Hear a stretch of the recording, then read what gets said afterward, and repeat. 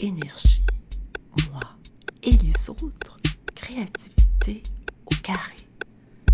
Bienvenue dans les vidéos de la nouvelle école de créativité pour ceux qui souhaitent ajouter de la poésie et de la créativité dans leur vie quotidienne et leurs projets. Je partage avec vous des idées originales pour penser et agir autrement, de récentes découvertes scientifiques pour être au top de vos énergies créatrices et des conseils pour magnifier votre quotidien et créer l'extraordinaire tous les jours. Abonnez-vous pour ne manquer aucun épisode. Si vous avez envie d'une odyssée personnelle ou professionnelle, vous êtes au bon endroit. Vos bottes de 7 lieux vous attendent et voici notre secret. La formule de la nouvelle école de créativité s'inspire de l'équation d'Einstein E égale mc2. Pourquoi? Parce que tout est question d'énergie. Dès que nous vibrons d'une énergie positive, on avance, on fait des pas de géant. Tout nous porte vers le haut, on défie même la gravité. On embrasse les obstacles et les difficultés, on accomplit ce que l'on ne pensait jamais accomplir. Vous arrive-t-il parfois d'avoir le sentiment de vous être absenté de la réalité et de revenir à un état de conscience avec une forme d'intuition, le début d'une nouvelle idée? Ces moments peuvent se produire au réveil, par exemple, ou en écoutant de la musique, ou pour certains, au contact d'une œuvre d'art. Aujourd'hui, j'aimerais vous parler de la transliminalité qui fait référence à l'habileté qu'a un individu de traverser plus ou moins aisément la frontière qui existe entre la conscience et l'inconscience. Le franchissement de cette frontière permet de traiter l'information de manière différente. De nouveaux matériaux, des stimuli inhabituels, visuels ou auditifs ou sensoriels sont alors acheminés à la conscience. Cette propension à la transliminalité favorise la créativité tout en s'en différenciant car elle ne sollicite pas les mêmes zones du cerveau. Bonjour, je suis Sylvie Gendreau, la cofondatrice de la nouvelle école de créativité et la fondatrice des Cahiers de l'imaginaire. J'ai longtemps accompagné des dirigeants de groupes mondiaux dans leurs projets d'innovation. Aujourd'hui, en plus d'enseigner la créativité aux doctorants de Polytechnique Montréal, j'accompagne des créateurs et des entrepreneurs comme vous, pour les aider à réaliser des projets à la mesure de leurs rêves et de leurs aspirations. La transliminalité fait référence à une sensibilité aiguë face aux stimuli psychologiques, que ce soit des idées, des images, des affects, des perceptions, générées par l'inconscient ou l'environnement extérieur. Elle est particulièrement reliée à une sensibilité élevée aux stimuli visuels, ce qui caractérise des états de conscience souvent associés à la créativité. Comment la transliminalité peut-elle vous aider à être plus créatif? Il importe tout d'abord de préciser que la frontière dont il est question couvre un très vaste territoire qui recoupe à la fois l'inconscient mais aussi la préconscience, c'est-à-dire tous les stimuli qui assaillent quotidiennement notre cerveau sans que nous soyons toujours en mesure de les intercepter et d'en prendre la pleine mesure.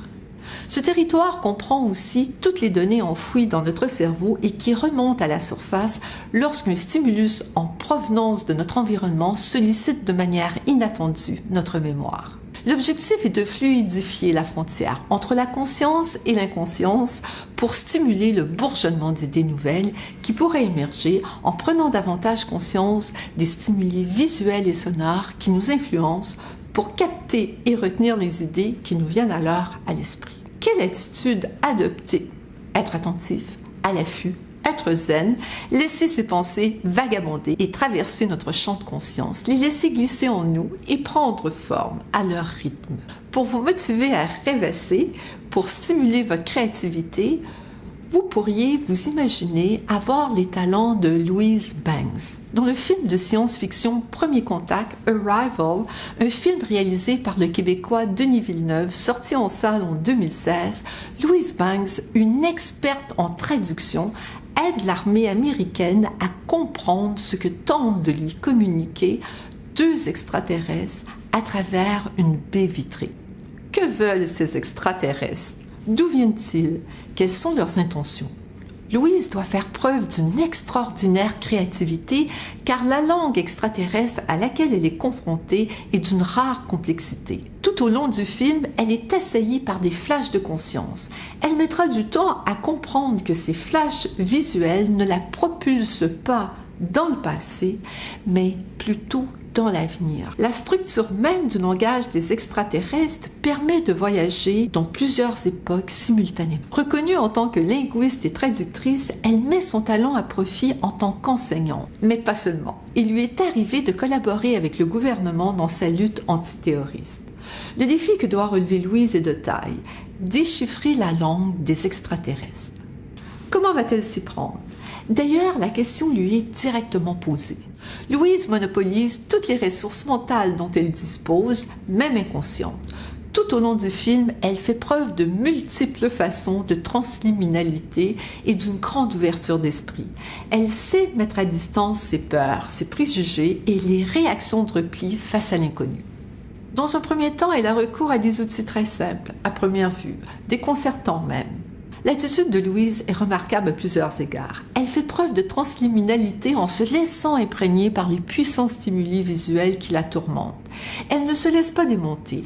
Louise fait preuve de pugnacité pour défendre son point de vue envers et contre tous. Le premier contact s'est fait attendre, mais une fois établi, il suscite une forte réaction. De langue projetée sur une paroi vitrée, de quoi s'agit-il au juste? Un vocabulaire élémentaire constitué de mots très simples, une nouvelle tentative qui ne fait, semble-t-il, que rajouter à la confusion. Mais Louise se fie à son intuition et prend un risque qui paraît démesuré. Elle se débarrasse de sa combinaison. Une fois le premier contact établi, tout s'enchaîne. Une clé fournie, la raison peut désormais prendre le relais et l'équipe dont fait partie Louise peut commencer à déchiffrer les étranges cercles. En travaillant sur les éléments graphiques de l'alphabet extraterrestre, Louise est assaillie par des images mentales étranges qu'elle ne parvient pas sur le coup à interpréter. Cela lui prendra du temps avant d'y voir plus clair, mais elle note tout, de même que toutes ses impressions.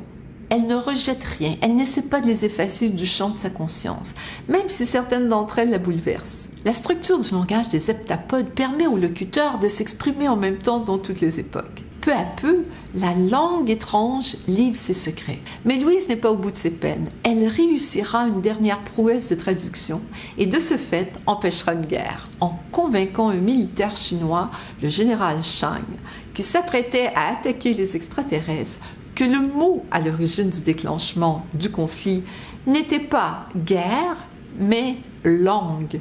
Les extraterrestres ne cherchent pas la guerre, ils veulent au contraire transmettre leur langue afin de pouvoir communiquer avec les terriens. En laissant une vision du futur envahir le champ de sa conscience, Louise se laisse guider par son instinct et réussira à convaincre les militaires de laisser tomber leurs armes. Le comportement et l'attitude de Louise illustrent de bien des manières en quoi consiste l'étrange concept de transliminalité. L'ouverture d'esprit, une attitude d'accueil face aux perceptions sensorielles et aux images mentales, un esprit de synthèse qui permet d'établir des connexions à première vue improbables entre différentes données et d'en voir les motifs qui se dessinent, la curiosité qui permet de vaincre les tabous et de s'aventurer là où d'autres n'osent pas aller. Voilà, chers amis, le film du talentueux Denis Villeneuve m'a permis, du moins je l'espère, de mieux vous expliquer comment la transliminalité peut vous aider à stimuler votre créativité et à innover. Alors, dites-moi dans les commentaires, êtes-vous doué pour rêvasser? Et cela vous aide-t-il à avoir de meilleures idées? Si cette vidéo vous a plu, n'oubliez surtout pas de vous abonner pour chausser vos bottes de 7 lieues et atteindre tous les jours des sommets créatifs. E égale MC2, moi et les autres, créativité au carré et le tout réjoui pour faire exploser votre énergie créatrice. Envie de recevoir des astuces pour stimuler votre créativité? Abonnez-vous au Laboratoire Créatif, publié également sur The Conversation France. Découvrez notre programme en ligne « Ma vie telle que je l'imagine », un merveilleux voyage à la rencontre de vous-même.